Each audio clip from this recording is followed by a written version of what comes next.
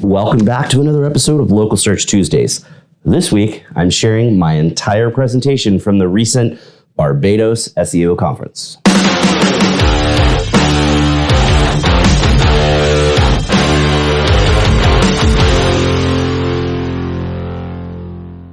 I was lucky enough to be invited to speak at the second annual Barbados SEO conference a few weeks ago.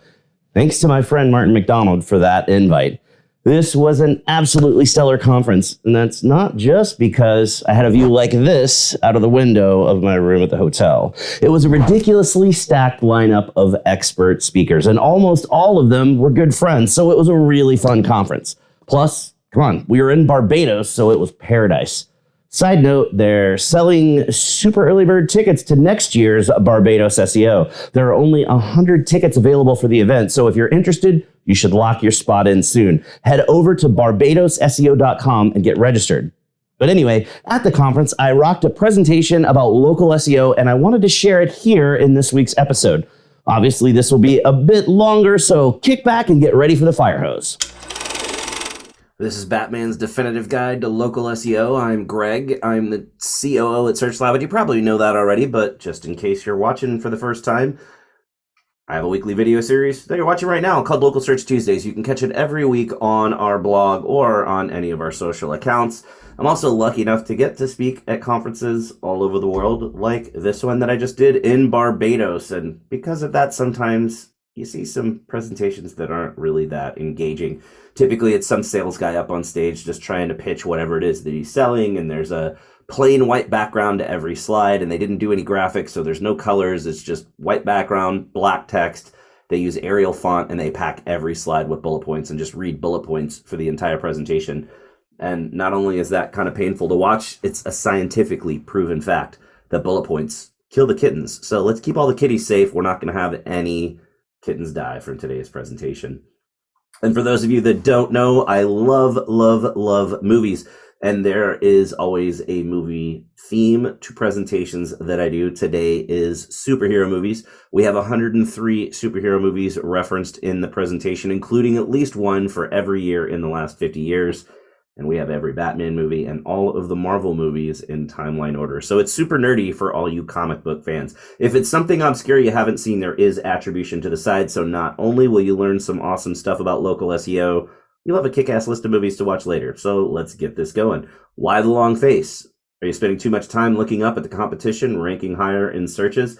I know SEO is really confusing, but you don't have to have a huge brain to succeed, even though it might seem like it's a lot of magic and voodoo. It's really not. I'm here with a lot of hot tips today. I hope you're laughing at that. To help you crush the competition and kick ass in search results. It's important to understand that there are multiple algorithms that Google uses to display search results, and the local algorithm weights factors differently. So you have to do SEO differently, especially because it includes additional signals that the traditional algorithm doesn't use, which means you need to use different strategies when you're optimizing. So let's start off by figuring out if you need to do local or not.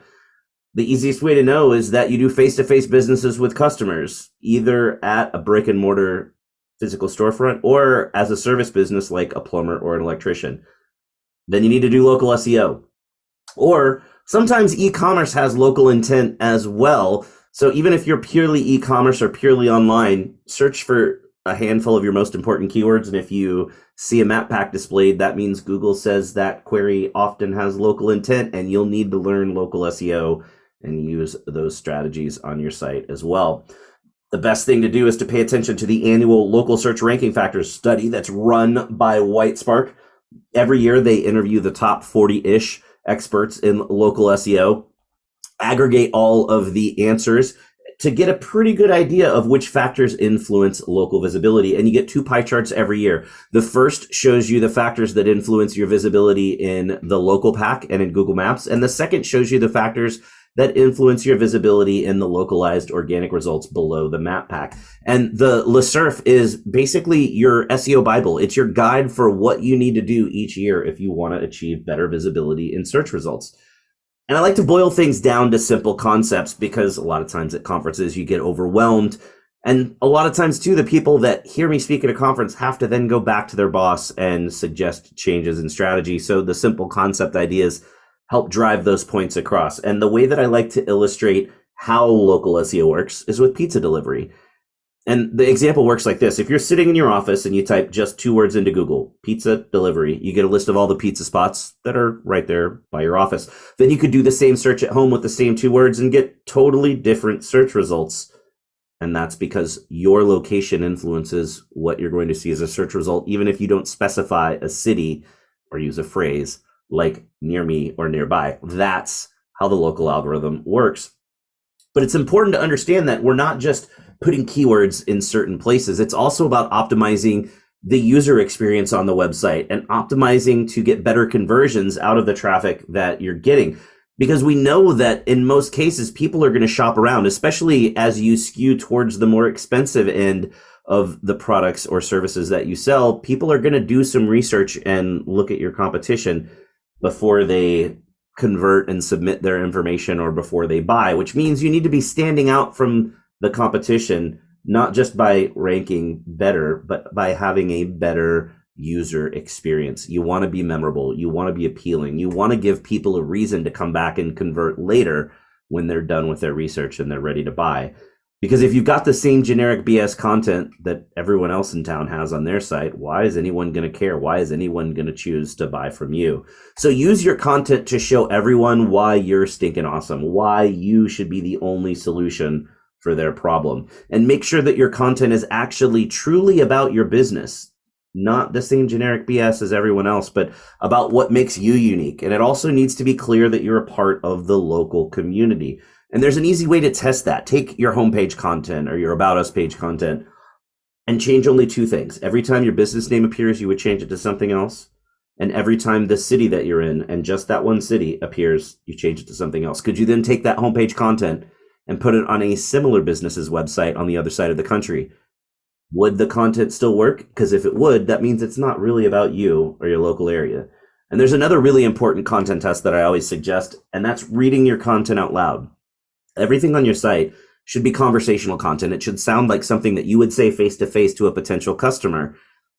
But if you just read it in your head, then your marketing brain sees keywords and you think keyword, keyword, keyword. Oh my gosh, this is going to rank. But when you physically read it out loud, you catch those things that don't sound conversational. So try this one. It's a really good trick that helps you catch those things that don't really sound conversational on your website. Another really simple and probably the most important simple concept to remember when it comes to SEO. If you want to show up as a search result when somebody types in a particular search phrase, then you need a dedicated page on your website about that singular concept. And that page needs to be the best answer in the local area to the question that potential customer is asking. And if you're writing the best answer, that probably means you're answering some of the subsequent questions that person would have once they got their initial answer. That's how you write really good content. And then you need to optimize your pages differently when you're targeting the local algorithm, because the local algorithm weights things differently and looks at different signals. So I'm going to walk you through how to optimize the various page elements so you can either optimize better yourself or check the work that your vendor partner is doing. So most importantly, you need to have the same keyword and the same city in each of these elements. And it should only be a singular keyword and singular city. You don't want to list like 5 cities in each of these because that's not going to help you rank. So the title tag is the most weighted, most important element. It's what shows in the little tab above where you type in the URL. You should never put your business name first, especially now that Google displays the name of the business above the blue link when it shows as a search result. So you don't need it for branding even. So you want to have your important keyword phrase in your city in your title tag. The next most important element on the page is the H1 heading. You should only have one H1 heading. It should be the big thick headline above the main body of text on your page. It should be a little bit more conversational, but have the same keyword and the same city. And obviously you need it in your page content as well, but if you've written the best answer in the local area that answers subsequent questions, that's all about your business and all about the local area, you're probably not going to have to do much to update your content. It's probably already got to be done for you. Alt text on images is another important one. Years ago, Google couldn't tell what was in an image. So alt text was part of the algorithm. It's part of the image embed code that describes the image. And it's something that a lot of marketers still don't do anything with, and a lot of business owners don't do anything with it. And even though Google can use machine learning to tell what's in images now, alt text is still a small signal to the algorithm. So you should optimize that alt text. Plus, If you're in the United States, it's an accessibility issue because ADA compliance laws say that all websites with embedded images have to have alt text so that anyone that has a visual impairment using a screen reading browser, that browser will still be able to describe what's on the page. So besides the SEO implications, nobody wants to get sued, so make sure you do that alt text. It's also helpful to have the keyword phrase and city in the URL. Now, I'm not suggesting changing a URL for a page that's already been indexed because that won't be effective, but as you create new content moving forward, include that information in the URL string. Also put it in the meta description. Now, the meta description doesn't influence ranking, but because it does populate those couple of gray sentences underneath your blue link when you show as a search result, it's important to write something compelling, and including that keyword phrase and city will help you get more click-throughs. You also need to have a blog. A lot of people think blogs are just fluff and that they don't do anything and that they're not effective, but that's actually very, very wrong. You've got to have a blog if you want to do solid SEO work, and you need to post on a regular basis because there's a huge difference between the kind of content that goes on the main section of your site and the kind of content that goes on your blog. Main website content is sales focused content. It's revenue generating content. It's bottom of the funnel content that's meant to show up and drive conversions. Blog content is mid to upper funnel targeted, which means you shouldn't really expect to get leads from your blog posts, but that blog content is informational. It's discovery focused. It's there to attract people earlier in the buying cycle, because the sooner you get eyeballs on your site, the more likely it is that you'll be the one that gets that customer. In fact, if you make your blog a local destination and periodically share helpful, useful, interesting information about the local area, even if it has nothing to do with your business, that helps get more eyeballs on your site. We call that pre-funnel content. It's like putting up a billboard. You show up in search results to people that aren't even looking to buy what you're selling, but everybody's going to need to buy what you're selling at some point. So it helps get you noticed earlier on. If you need ideas for how to do this, I've got an awesome video here from my series that walks you through the 10 main concepts that you can use as springboards to write your own localized content. And everybody always wants to show up in multiple cities nearby, but local SEO is very much based on your physical location and your proximity to the person doing the search. So before you try to show up and optimize for other nearby cities, you need to make sure that you own your backyard. And what I mean by that is that you need to have solid enough SEO that you are dominating the search results for the city where you're actually located. Because if you start trying to show up in nearby cities, you don't have a physical location there, which means not only do you have to out-optimize the competition there, you're at a huge deficit because that location and proximity factor doesn't exist for you because you don't have a location in that city. I'm not saying it's not possible. It's just going to be very difficult if you don't even have good enough SEO to show up in the city where you're actually located. So own your backyard first. But then if you want to expand, if you're in a less competitive area, you can just create some city pages and do pretty well with this. So watch the video. It walks you through how to do it. But if there's a lot more competition or it's just a dense metro area, you're probably going to need to go more advanced than city pages and create entire local content silos. This video will walk you through it. This is a much longer term play than city pages. It takes a long time to work, although it does work. So you should do this in conjunction with whatever else you're doing. It shouldn't be your sole focus. And links are evaluated differently by the local algorithm as well. We don't even care about domain authority. It's a complete BS metric invented by Moz years ago anyway, but it especially does not have any influence in local. We don't care if it's a no-follow link. That no-follow attribute in traditional SEO is kind of a killer for link building. You don't want to get no-follow links because value doesn't get passed to the traditional algorithm. But in local, it's been proven time and time again that no-follow links are still effective. So we just don't really care.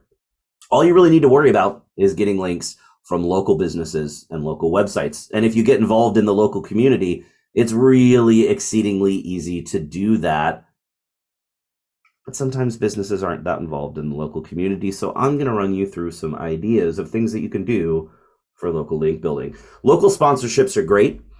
You can't buy links, but you can buy sponsorships that result in links. So 5Ks, golf tournaments, Little League, Pee Wee football, Pee Wee hockey, all of these are great opportunities to get local links. Local meetups are great as well. You can go to meetup.com or Facebook groups and find groups that are meeting on a regular basis in your local area. Look for groups looking for meeting sponsors, throw in $50-$60 a month to buy their snacks and their soft drinks, as long as they give you a local link. Guess what? You can get some awesome links that way. Find all of the locally based bloggers, get them to write about you, even if their vertical doesn't match. Maybe it's a travel blogger and you're trying to ask them to write about your plastic surgery practice. Doesn't matter. Even if you give them a free product or service to write that post, maybe you're a car dealer and you give somebody an oil change for free. If they'll write on their blog about their experience at your service lane, who cares that the top of the blog post says, I got a free oil change to write this post? They're still going to link to you, and that link's still going to be valuable. Talk to your team, talk to your staff about what they're passionate about and what they spend time doing outside of work. What are their hobbies? Because if they're a member of a local club or organization, especially if they're on the leadership group of that club or organization, it's going to be exceedingly easy to get a link back to your website. You can also use Google to do the work for you. Come up with your own list of keywords that conceptualize the things you'd like to go after and add your city name to those keywords, and Google's going to spit out a huge list of opportunities where you can go get some links. I'm also sharing our onboarding questionnaire with you. We give this to all of our new clients. It helps uncover low-hanging fruit of things that have already happened in the recent past that are link opportunities. It also helps prioritize what you would do for link building strategies moving forward. And reviews are really important, which is kind of shocking because most SEO agencies don't offer reputation management as part of their SEO service, but reviews are a very weighted element in that local algorithm, so it should always be a part of your SEO strategy. In fact, reviews have gained more weight every year for the past several years in that local algorithm. Google is giving them more and more weight and emphasis. But I'm not talking about that testimonials page on your site. That's a worthless page. Customers want to read honest, unbiased reviews on third-party sites, so they're not going to look at your testimonials page, which means you have to have a proactive review process. It's not human nature to leave a review when you're happy. If you're mad, sure, you're going to leave a bad review. But if you're happy, you're not really going to leave that review unless someone asks you to leave the review. But hey, then you'd be happy to leave that review. So you want to make it easy to leave a review so that the people that don't really know where to go can quickly find the right place to go, and ask every single customer, and make sure you answer every review. It doesn't really matter for ranking, but it matters for conversions. People want to see that you care about what reviews you have been left. And if someone takes the time to write a good review, it doesn't take that much time to leave them a quick thank you. And obviously your bad reviews need to be responded to as well, because potential customers want to know that you care about giving great customer service. But remember, when you're responding to those bad reviews, that response isn't for the person that left the review. You should be dealing with them offline and trying to rectify the situation. Your response to a bad review online is to explain to future customers how you handle the situation, because future customers are going to read those bad reviews. And the algorithm doesn't care how many reviews you have. You just need to be sure that you've got more than the local competition, which means as you acquire new reviews, you need to be slightly faster in your acquisition space than what your competition is acquiring. And some new research that's come to light this year gives us a really cool opportunity to do something awesome. So talking about that default sort of the top 10 reviews that show when you first go to your business profile, before you switch the sort to see the newest reviews or the worst reviews or the best reviews, if a review includes a photo, it stays in that default sort for a longer period of time. If the review has more text content, if it's a longer review, it stays in the default sort for a longer period of time. And if a review has 2 or more thumbs up, it will stay in that default sort for a longer period of time. So if we put all those together, you can do something awesome. If you get a bad review that shows in the default sort, that's extremely bad because it's an immediate bad first impression. But you can get that review buried quickly by doing all 3. Reach out to someone who recently left you a good review, ask them to add a photo and a little bit more of a story to their review. And then once they've done so, have several people on your team go through and give that review a thumbs up, and it pops right to the top of the list. Do that several times and you'll bury that bad review. And let's finish up talking about your Google business profile, because it's literally the new homepage of your website. It is the first impression that potential customers will have of your business, and a properly optimized business profile allows you to show up better in map pack search results. So make sure you fill out every field except for the areas served field. That doesn't really do anything unless you're a service business. And in that case, it doesn't even affect ranking. It just draws an outline around your area of service. Make sure that you put UTM tracking on your website links, because Google Analytics attribution is broken, and you want to be sure that you have the right data in Google Analytics to make better decisions. Most of the mobile traffic doesn't pass referral data to Google Analytics, which means a lot of the mobile organic visits that you get are classified in analytics as direct traffic instead of organic. So watch this video. It explains how to set up the right kind of UTM tracking on your website links.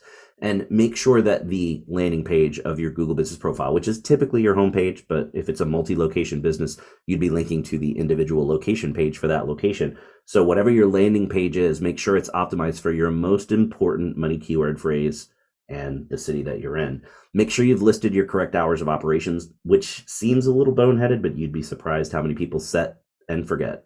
And you want to make sure your hours are correct. You want to make sure you're uploading professionally shot, high quality photos. You want to make sure you're selecting the correct categories. This has a ton of influence in the searches that you'll show up for. In fact, you want to be very strategic with which category you select as your primary category because it's more weighted. In fact, according to this year's local search ranking factor study, this is the most influential factor that influences your visibility. Sorry, my brain's not working, but you know what I mean. This is the most influential factor for map pack visibility. So be strategic. Watch this video.